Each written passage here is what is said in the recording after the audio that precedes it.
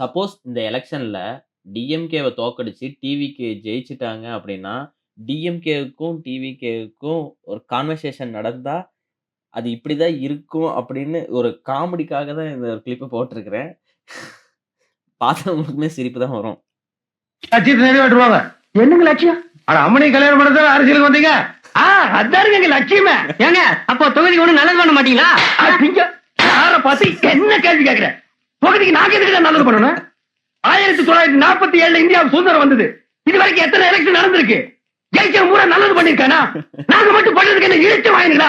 இல்லாத புது பழக்கத்தை ஏங்க ஏற்படுத்த சொல்றேன். அப்படி நாங்க நல்லது பண்ணா மத்த ஜெயிச்சவெல்லாம் எங்க வீட்டு முன்னால வந்து கல்யாணம் தெரிஞ்சா ஏன்டா நல்லது பண்ணீங்கன்னு நீ காப்பாத்துவியாடா? சரி விடு விடு விடு.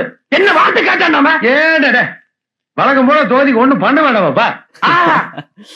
டேய் அல்ல கைகளா வாங்க வாங்கடா. பொன்னான வார்த்தையை வாயை திறந்து என்னமா சொன்னாரு பாத்தீங்களா? எக்ஸ்பீரியன்ஸ் கேண்டு சொல்லுது. டேய் அல்ல கைகளுடைய ரூல்ஸ் என்னடா? வாழ்க ஒழிக அங்கே இருங்க. எம்எல்ஏ ராஜப்பன் என்னையா அது? எம்எல்ஏக்கே விளங்க மாட்டி கூட்டிட்டு வரீங்க? சாமி சாரோட சட்டையை புடிச்சிட்டார் சார். விட்டா வேற எதையாவது புடிச்சிட்டு வரணும் தான் நாங்க புடிச்சிட்டு வந்துட்டோம். என்னடா இது இப்படி டைலாக் எழுதி இருக்கிறீங்க? பாத்தி பச்சை மிளகாய் வெங்காயத்தை வச்சு சாப்பிடுற நான் கறி மீன் இல்லாம குறிப்பா மாட்டுக்கறி இல்லாம எனக்கு சோறு இறங்காது. இது வந்து பிஃபோர் பேமெண்ட். பேசும் திறனற்ற உயிர்களுக்காக பேசுவோம். இது ஆஃப்டர் பேமெண்ட்.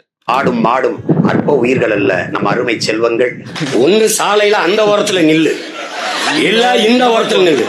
நீ நடுவாளி நின்னா லாரி அடிச்சு செத்து போயிடுவா பாத்து.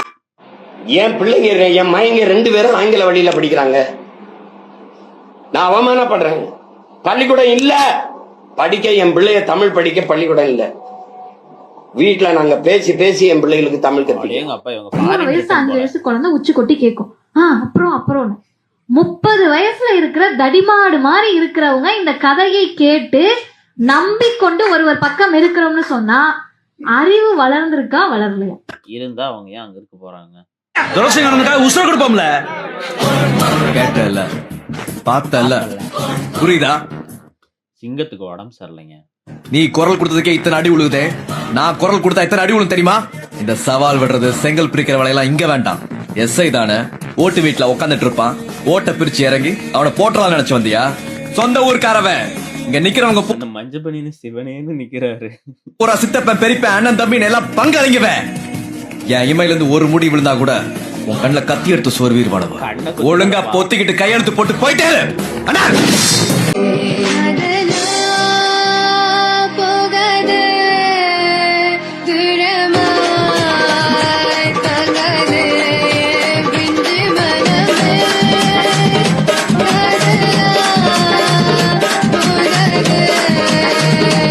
ஒவ்வொருத்தரும் டைப்பா இருக்கிறான்.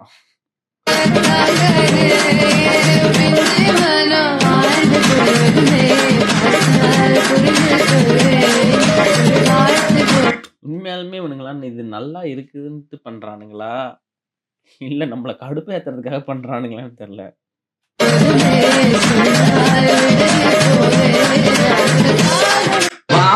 மாமா பர்த்டே பாய் சீமா கையில கண்ணு கூசுதுடா டேய். புர்ரா சாமா ஐயோ மஜா பண்ணலாமா மச்சான் அட்டாகே போறா ஸ்லோமோ. டேய் யோ நான் புளில மட போடுனதுடா யோ. ஐயா போலாம்.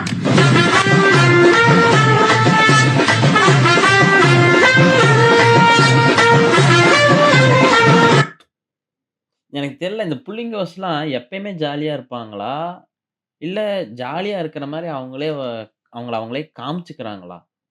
ஆனா இவ்வளவு ஜாலியா இருக்க முடியாது, ரொம்ப கஷ்டம் இவங்கள மாதிரி இருக்கிறது.